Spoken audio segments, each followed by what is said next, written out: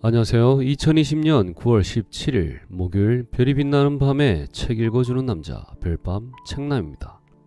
오늘은 넷플릭스 지구상 가장 빠르고 유연한 기업의 비밀 규칙 없음 기업의 비밀 리드 헤이스팅스 에린 마이어 지음 규칙 없음입니다. 구독과 좋아요 알림 설정은 저 별밤 책남에게 아주 큰 힘이 된답니다. 서문 리드 헤이스팅스 블록버스터는 규모가 우리의 1000배야. 2000년 초 텍사스주 댈러스의 르네상스 타워 27층 드넓은 회의실로 들어서며 나는 마크 랜돌프의 귀에 대고 그렇게 속삭였다.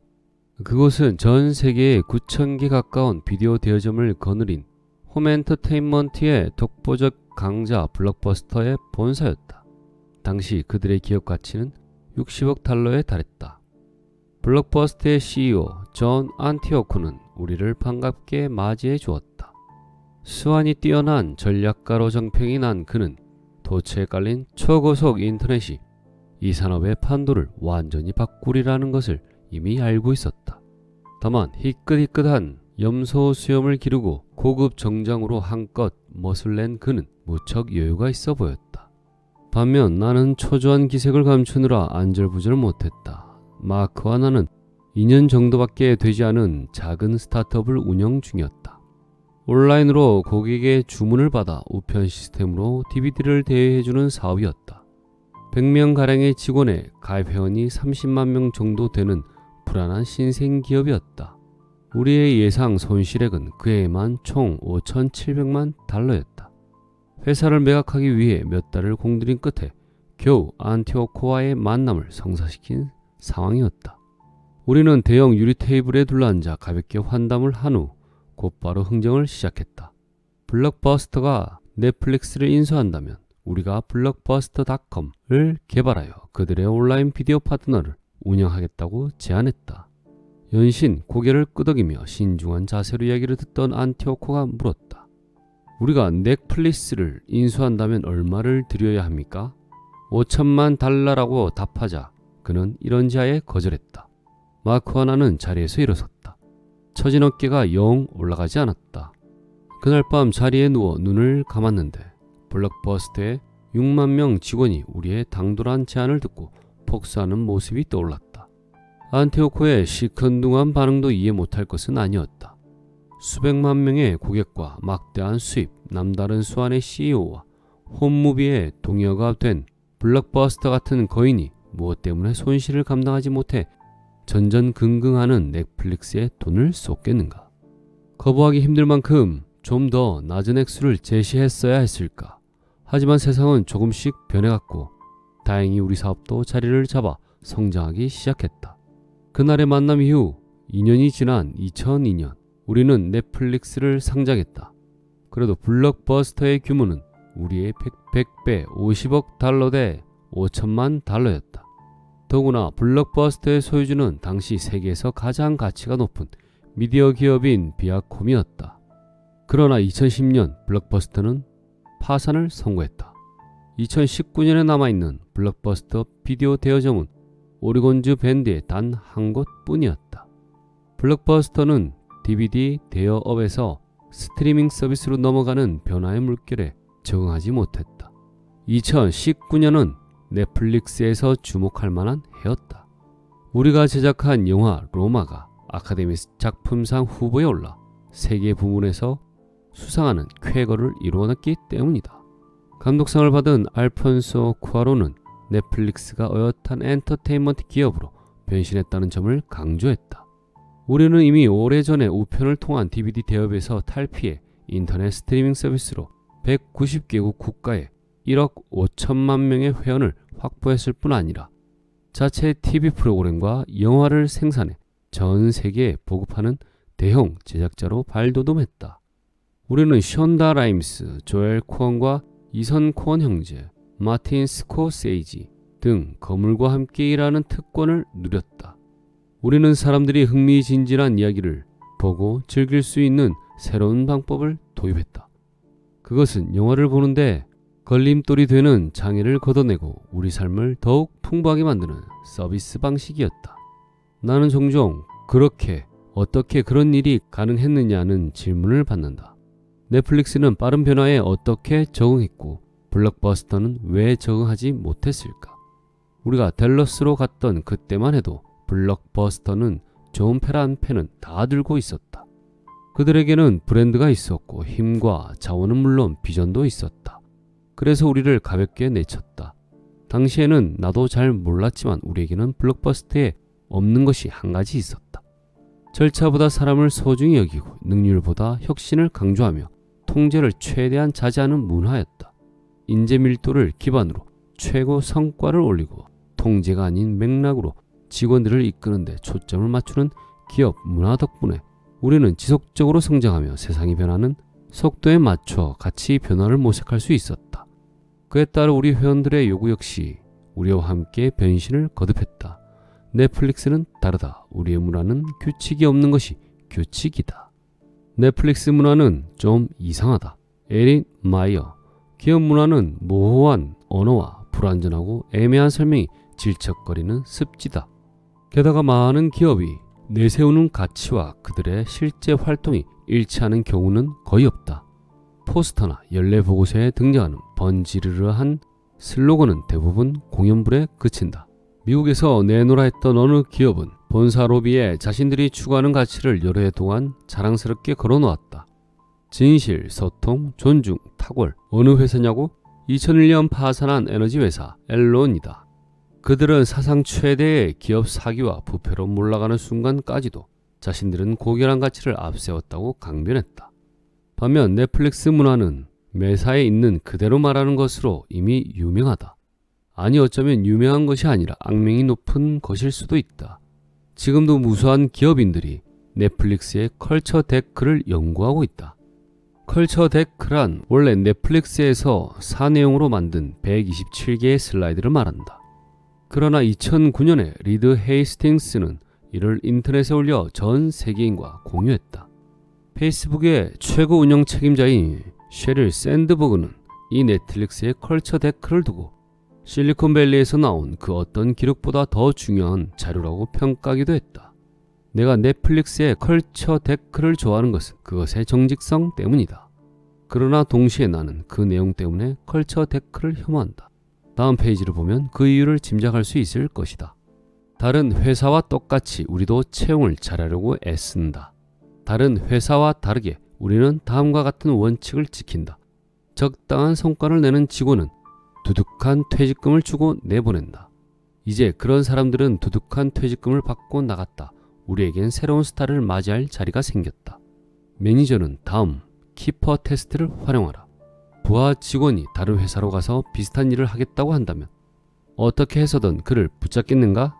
비범한 성과를 내지 못하는 직원은 해고한다. 이러한 기업 문화의 윤리적 옳고 그름은 차치하더라도 경영 측면에서 볼 때 이 슬라이드는 형편없는 발상이라는 생각을 지울 수가 없었다. 이는 하버드 경영대학원의 에이미 에드먼슨 교수가 말하는 심리적 안전에도 위배된다. 에드먼슨은 저서 두려움 없는 조직에서 혁신을 이루려면 사람이 마음 놓고 꿈을 펼치고 자신있게 발언하고 위험을 감수할 수 있는 환경을 조성해야 한다고 설명한다. 회사 분위기가 편안하고 안전하게 바뀔수록 혁신은 더욱 활발해진다. 아마도 넷플릭스 직원 중에 에드먼슨의 책을 읽은 사람은 없는 모양이다. 최고 인재를 데려다 놓고 남다른 성과를 내지 못하면 두둑한 퇴직금을 받고 쫓겨날 줄 알라며 겁을 주는 것이야말로 혁신에 대한 한 가닥 희망을 짓밟는 확실한 방법이 아닌가? 넷플릭스 컬처 테크에는 다음과 같은 슬라이드도 있다. 넷플릭스의 휴가 규정과 확인 절차. 규정도 없고 확인도 하지 않는다. 복장 규정도 없지만 벗고 출근하는 사람도 없다. 교훈. 일일이 규정을 정할 필요가 없다. 넷플릭스에서 벌어진 것이 바로 그런 일이다. 리드는 퓨어 소프트웨어로 한번 혼이 났지만 다시 회사를 설립하면서 특별한 생태계를 꾸민 것은 아니었다. 대신 그는 조직의 유연성을 추구했다. 그러자 기업 문화라는 점들을 다르게 이룰 수 있는 몇 가지 요인이 나타났다. 나중에야 깨달은 사실이지만 그는 바로 이러한 요인이 모여 넷플릭스의 성공을 추진하는 동력이 되었다고 판단한다. 앞으로 우리는 일장씩 나아가면서 넷플릭스가 찾아낸 점들을 연결할 것이다. 우리는 또한 그 점들이 현재 넷플릭스의 근무 환경에서 어떤 역할을 하는지, 그 과정에서 우리가 무엇을 배웠는지, 사람들이 각자 부여받은 자유와 조직에 대한 책임을 어떻게 적용하는지 살펴볼 것이다. 1부 자유와 책임의 문화로 가는 첫 단계. 1부에서는 팀이나 조직이 자유와 책임의 문화를 실천하는 방법을 설명한다. 자유와 책임 두 개념은 서로를 기반으로 성립된다. 각 장의 여러 요소를 독립적으로 실천하면 위험해질 수 있다. 일단 인재 밀도부터 구축해야 한다. 그러면 안심하고 솔직한 문화를 도입할 수 있다. 그 후에야 직원을 통제하는 규정을 안전하게 제거해 나갈 수 있다. 1장 먼저 인재 밀도를 구축하라. 비범한 동료들이 곧 훌륭한 직장이다.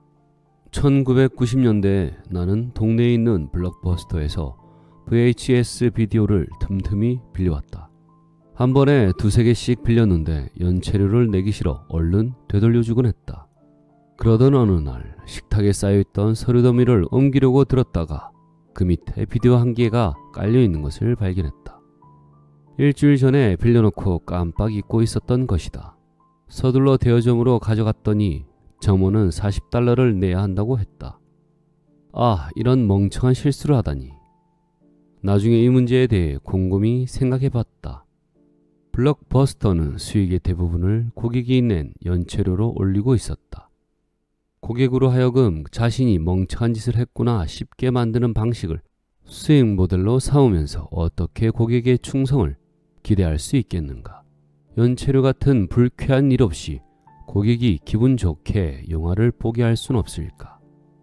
1997년 초 피어 소프트웨어를 인수했을 때부터 마크 랜돌프와 나는 우편을 이용하여 영화를 볼 수 있는 사업을 구상하기 시작했다. 아마존은 이미 책으로 돈을 쓸어 담고 있었다. 영화라고 안 될 게 뭐 있겠는가.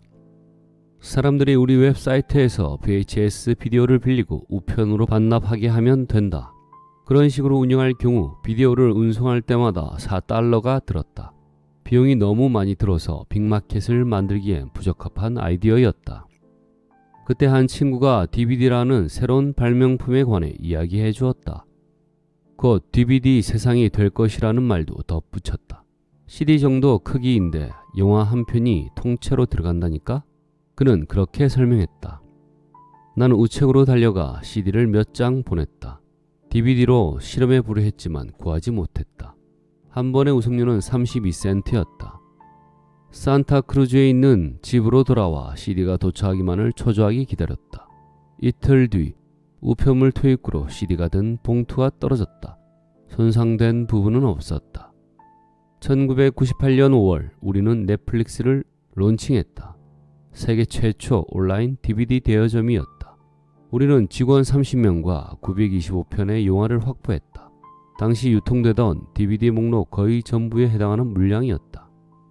1996년까지는 마크가 CEO였지만 그 뒤엔 내가 이어받고 마크는 이사를 맡았다. 2001년 초 우리는 40만 명의 회원과 120명의 직원을 확보한 중견 기업으로 성장했다. 나는 퓨어 소프트웨어 시절 겪었던 시행착오를 되풀이하고 싶지 않았다. 그래서 지나친 규정과 통제는 피했지만 넷플릭스가 특별히 일하기 좋은 직장이라고 말하기는 어려웠다. 그런데도 사업은 잘 되었고 규모도 커졌으며 직원들도 별 문제를 일으키지 않았다. 그러던 2001년 봄 위기를 맞았다. 처음으로 인터넷 버블이 꺼지면서 수많은 닷컴 기업이 사라졌다. 위기에서 얻은 교훈. 그러던 2001년 봄 위기를 맞았다. 처음으로 인터넷 버블이 꺼지면서 수많은 닷컴 기업이 사라졌다. 벤처 자금줄이 모두 끊기면서 우리도 수익은커녕 사업을 지속하는데 필요한 추가 기금을 조달하는 것조차 어려워졌다. 날이 갈수록 직원들의 사기가 떨어졌다. 결국 직원 중 3분의 1을 해고해야 했다. 나는 마크와 패티 맥코드와 마주 앉았다. 퓨어 소프트웨어 시절부터 함께했던 맥코드는 인사 책임자였다. 우리는 직원들의 공헌도를 조사했다. 성과에 크게 문제가 되는 직원은 없었다. 그래서 직원들의 서류를 파일 2개로 나누어 성과가 좋은 80명은 놔두고 그보다 못한 40명은 내보낼 명단으로 분류했다. 창의력이 남다르고 대단한 성과를 내고 협업에 능한 직원은 잔류 파일로 갔다. 문제는 경계선에 있는 사람이 많다는 점이었다. 실력이 대단한 동료와 일하면서도 평범한 성과로 버티는 사람들이 있었다. 그런가 하면 일은 열심히 하는데 종종 판단력이 부족하고 도움이 많이 필요한 사람도 있었다.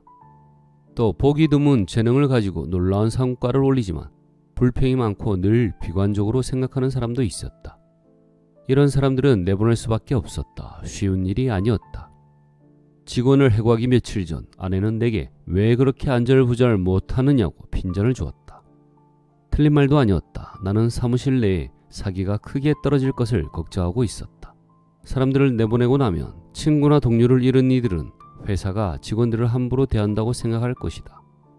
당연히 우라통이 터지겠지. 게다가 잔류 인원은 나간 사람들의 몫까지 떠맡아야 할 것이다. 그러면 화가 더 치밀겠지. 이미 현금 부족에 시달리고 있는 데다 사기는 계속 떨어질 텐데 얼마나 더 버틸 수 있을까. 직원들에게 해고를 통고하는 날이 되었다. 예상한 대로 끔찍했다. 해고당한 사람들은 고함을 지르고 문을 쾅 닫고 절망감에 울분을 터뜨렸다. 상황은 정오쯤 종료되었지만 나는 폭풍의 후반부를 숨죽이며 기다렸다. 남은 직원들의 반응이 불안했다. 눈물을 보이기도 하고 눈에 띄게 우울한 표정을 짓고 있는 사람도 있었지만 다들 침착했다. 그렇게 몇 주가 지났다. 처음에는 이해하지 못했지만 어떤 이유에선지 회사 분위기가 거짓말처럼 좋아지고 있었다. 우리는 비용을 계속 줄이는 중이었고 인원도 무려 3분의 1이나 감축했지만 언제부턴가 사무실은 열정과 에너지와 아이디어들로 활기를 띠기 시작했다. 몇 달 뒤 크리스마스 시즌이 닥쳤다. 크리스마스와 2002년 초 연휴 분위기에 힘입어 DVD 플레이어 매출이 크게 늘면서 우리의 우편 주문 DVD 대여업도 난데없는 호황을 맞았다. 갑자기 일이 많아졌다. 인원은 이미 30% 줄어든 상태였는데 놀랍게도 남아있던 80명은 이전보다 더 의욕적으로 모든 일을 신이 나서 처리했다. 대부분 늦게까지 퇴근하지 못했지만 사기는 하늘을 찌를 듯했다. 신이 난 건 직원뿐 아니었다. 나 역시 눈만 뜨면 빨리 회사로 달려가고 싶다는 생각뿐이었다. 당시 나는 매일 아침 패티 맥코드를 차에 태워 출근했는데 산타크루즈에 있는 그녀의 집 앞에 차를 댈 때면 패티는 치아가 훤히 보일 정도로 활짝 웃으며 차에 올라탔다. 리드, 요즘 우리 회사가 어떻게 돼가는 거예요? 다들 꼭 사랑에 빠진 사람들 같지 않나요? 이런 짜릿하고 묘한 기분이 언제까지 이어질지 오히려 불안해요. 패티의 표현이 정확했다. 직원들은 마치 사랑에 빠져 물불 가리지 않게 된 사람처럼 모두 들떠 있었다. 직원들을 해고한 것이 잘한 일이었다고 둘러대려는 게 아니다. 다행히 그 후로 넷플릭스에서 그 같은 불상사는 다시 일어나지 않았다. 다만 2001년의 해고 사태 이후로 몇 달을 지켜보면서 나는 직원들의 열의와 리더의 책임에 관한 생각을 완전히 바꾸게 되었다. 나로서는 사도 바울의 계심에 견줄 만한 경험을 한 셈인데 그 순간은 조직 내에서 인재 밀도와 같는 역할을 완전히 달리 생각하게 된 터닝 포인트였다. 그때 터득한 교훈은 이후 넷플릭스를 성공으로 이끈 기반이 되었다. 이러한 교훈을 자세히 설명하기 전에 먼저 패티부터 소개해야겠다. 그녀는 지난 10년 동안 넷플릭스의 발전에 커다란 축을 담당해온 공신이고 지금 넷플릭스의 인사를 담당하고 있는 제시카 닐은 그녀의 멘티다. 패티를 처음 만난 건 피어 소프트웨어에서다. 1994년에 그녀는 우리 사무실로 전화를 걸어 다짜고짜 CEO와 통화하게 해달라고 요청했다. 당시 전화 받는 일을 도맡았던 나의 여동생이 내게 패티를 연결해 주었다. 패티가 텍사스 출신이라는 건 말투로 짐작할 수 있었다. 그녀는 자신이 현재 선 마이크로 시스템의 인사과로 일하고 있는데 허락해준다면 피어 소프트웨어의 인사 업무를 맡아보고 싶다고 했다. 나는 와서 차 한잔 나누자는 말로 그녀를 초대했다. 우리는 그렇게 만났지만 처음에는 그녀가 하는 말을 도무지 수긍할 수 없었다. 대화를 나누던 중 나는 단도직입적으로 당신의 인사 철학이 무엇이냐고 물었다. 그녀는 대답했다. 모든 사람은 기업에 대한 자신의 기여도와 각자의 열망을 분리하여 생각할 수 있어야 합니다. 인적 자본을 관리하던 사람으로서 나는 CEO인 당신과 함께 우리의 리더십 감정 지능 지수를 높이고 직원들의 업무 몰입도를 향상시킬 생각입니다. 나는 어리둥절했다. 그때만 해도 젊고 사람을 대하는 태도도 세련되지 못했던 나는 패티의 말이 끝나자마자 물었다. 인사 담당자들은 다 그런 식으로 말합니까? 솔직히 한마디도 알아듣지 못하겠군요. 우리가 함께 일하게 된다면 당신은 말하는 방식부터 고쳐야 할 것 같습니다. 내 말에 모욕감을 느낀 패티는 그 자리에서 자신의 불쾌감을 그대로 내게 드러냈다. 집으로 돌아간 패티에게 남편이 인터뷰가 어땠는지 물었을 때 그녀는 퉁명스럽게 대답했다. 안 좋았어. 그쪽 CEO와 말다툼을 했거든. 하지만 나는 자기 생각과 기분을 정확히 말해준 패티의 태도가 마음에 들었다. 그래서 패티에게 기회를 주었다. 그 후로 우리는 오랜 세월 솔직한 우정을 이어오고 있다. 패티가 넷플릭스를 떠난 이후로도 우리의 우정은 변치 않았다. 그럴 수 있었던 것은 우리가 너무 다르기 때문인지도 모른다. 나는 수학 광인, 소프트웨어 엔지니어인 반면 패티는 인간 행동 전문가이자 거침없는 스토리텔러다. 나는 어떤 팀을 볼 때 사람과 논점을 연결해주는 숫자와 알고리즘을 본다. 그런데 패티는 내가 보지 못하는 감정과 사람들 간의 미묘한 반응을 본다. 패티는 1997년에 퓨어 소프트웨어가 매각될 때까지 나와 함께 일했고 넷플릭스 초기에 우리 회사에 다시 합류했다. 패티와 나는 2001년 해고 사태 이후로 수도 없이 함께 차를 타고 출근하면서 근무 환경이 갑자기 좋아진 이유와 그런 긍정적 에너지를 유지할 방법을 찾아내 보려 애썼다. 그리고 우리는 패티가 말하는 인재 밀도의 극적인 증가와 그와 같은 개선의 밑거름이었다는 사실을 알게 되었다. 재능 있는 사람들은 서로 능률을 높인다. 사람은 누구나 일정한 재능을 가지고 있다. 직원이 120명이었을 때는 특출한 사람이 있었고 나름대로 괜찮은 능력을 갖춘 사람도 있었다. 꽤 많은 인재가 곳곳에서 자리를 지키고 있는 셈이었다. 해고 사태 이후로 80명의 정예만 남았다. 전체로 보면 사람의 수가 줄었지만 직원 한 사람이 가진 재능의 크기는 더욱 커졌다. 인재 밀도가 증가한 것이다. 사람들이 일하고 싶어하는 회사는 인재 밀도가 높은 회사라는 사실을 우리는 경험으로 확인했다. 뛰어난 성과를 올리는 사람은 인재 밀도가 전체적으로 높은 환경에서 특히 제 실력을 발휘한다. 우리 직원들은 서로에게 더 많은 것을 배웠고 각 팀은 성과를 더 많이 그리고 더 빨리 올렸다. 그 때문에 개인의 의욕과 만족도가 커졌고 회사 전체로 봐도 더 큰 성과를 올렸다. 우리는 최고의 인재들과 함께 일하게 되면 이미 순조롭게 진행되던 일도 전혀 새로운 차원에서 새로운 국면을 맞으며 더욱 놀라운 방향으로 발전한다는 사실을 알게 되었다. 무엇보다 재능이 뛰어난 동료들과 일하게 되면 신이 나고 특별한 영감을 받게 되어 일할 맛이 난다. 80명이 전부였던 그때나 7,000명이 근무하는 지금이나 그 점에는 변함이 없다. 나중에 깨닫게 된 사실이지만 팀에 평범한 사람이 한두 명 섞여 있으면 팀 전체의 성과가 떨어진다. 탁월한 인재 5명과 평범한 사람 2명이 함께 있으면 그 팀은 평범한 팀이 된다. 왜일까? 매니저의 기운을 빼 최고의 성과를 내지 못하게 만든다. 그룹 토의의 질을 떨어뜨려 팀의 전반적인 IQ를 낮춘다. 사람들이 싫어할 일을 하게 만들어 능률을 떨어뜨린다. 남보다 탁월한 능력을 발휘하고 싶은 직원을 회사에서 나가게 만든다. 평범한 사람도 받아준다는 사실을 보여줌으로써 문제를 복잡하게 만든다. 재능이 뛰어난 베스트 플레이어들이 생각하는 좋은 직장의 조건은 호화스러운 사무실이나 멋진 체육관 혹은 공짜 스시 같은 게 아니다. 그들에게 중요한 건 재능 있고 협동심이 강한 사람들과 함께 일하는 즐거움이다. 일을 더 잘할 수 있게 해주는 사람이 필요하다. 모든 직원이 뛰어나면 서로에게 배우고 서로가 의욕을 불어넣어 성과는 수직으로 상승한다. 성과는 전염성이 강하다. 2001년에 직원 해고 사태를 통해 리드는 좋든 나쁘든 성과는 전염된다는 사실을 알았다. 평범한 직원과 함께 있으면 뛰어난 실력을 갖춘 사람도 평범한 결과밖에 내놓지 못한다. 호주 뉴사우스웨일스 대학교의 윌 펠프스 교수는 직장에서 행동이 강한 전염성을 갖는다는 사실을 보여주는 흥미로운 연구를 수행했다. 그는 4개의 대학에서 차출한 학생들로 몇 개의 팀을 구성해 각 팀에 45분 안에 관리 업무를 끝내라는 과제를 주었다. 1등을 한 팀에게는 $100를 상으로 주기로 했다. 학생들은 모르고 있었지만 일부 팀에는 각기 다른 역할을 맡은 배우가 한 명씩 끼어 있었다.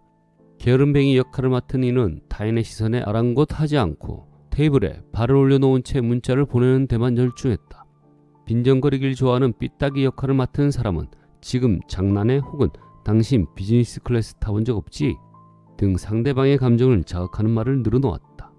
우울한 비관주의자의 역의 배우는 기르던 고양이가 막 죽은 것 같은 표정으로 과제가 너무 어려우니 차라리 포기하자며 책상에 얼굴을 묻었다.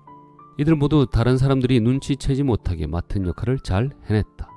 펠프스 교수는 우선 팀원들이 재능이 뛰어나고 아는 것이 많아도 그 중에 한 명이 엇나가는 행동을 할 경우 팀 전체의 능률이 떨어진다는 사실을 밝혀냈다. 한 달 동안 수십 차례 거듭된 실험에서 수준에 미치지 못하는 사람이 한 명이라도 있는 팀은 그렇지 않은 팀에 비해 성과가 무려 30-40% 뒤처졌다. 이러한 사실은 수십 년 전에 이루어졌던 연구를 정면으로 거스르는 결과다. 당시 연구는 팀원 개개인이 집단 전체의 가치와 규범을 따라간다고 주장했다. 하지만 새로운 실험에서는 불과 45분 동안만 함께하는 팀이라도 개인의 행동이 다른 팀원에게 금방 전염되었다. 펠프스 교수의 설명을 그대로 옮기면 놀라운 사실은 다른 팀원들이 문제가 되는 사람의 특성을 흉내내기 시작한다는 점이다. 배우가 게으름을 피우면 다른 사람들도 과제에 흥미를 잃고 그 일이 중요하지 않다고 생각하게 되었다. 한 사람이 빈정거리면 다들 따라서 이죽거리면서 서로 거친 말로 모욕을 주었다. 배우가 우울한 말을 반복하면 모두 열의가 식어 결과도 시원치 않게 나왔다. 그들 중 한 집단의 모습을 촬영한 영상이 생각납니다. 시작할 때는 참가자 모두가 허리를 꼿꼿이 세우고 앉아 아무리 까다로운 과제라도 흥미를 가지고 열정적으로 달려들었죠. 하지만 마지막엔 모두 퍼진 자세로 책상에 얼굴을 묻고 있었습니다. 펠프스 교수는 그렇게 회상했다. 펠프스 교수는 패티와 내가 2001년에 이미 알아낸 사실을 실험으로 입증했을 뿐이다. 팀에 평범한 사람 몇몇이 끼어 있으면 그들의 탐탁지 않은 능력이 다른 사람에게 전염되어 조직 전체의 성과를 떨어뜨릴 가능성이 크다. 우리 중 누구나 그런 전염성 강한 행동을 한두 번 정도는 겪어봤을 것이다. 나는 12살 때 경험했다. 나는 1960년에 매사추세츠에서 태어났다.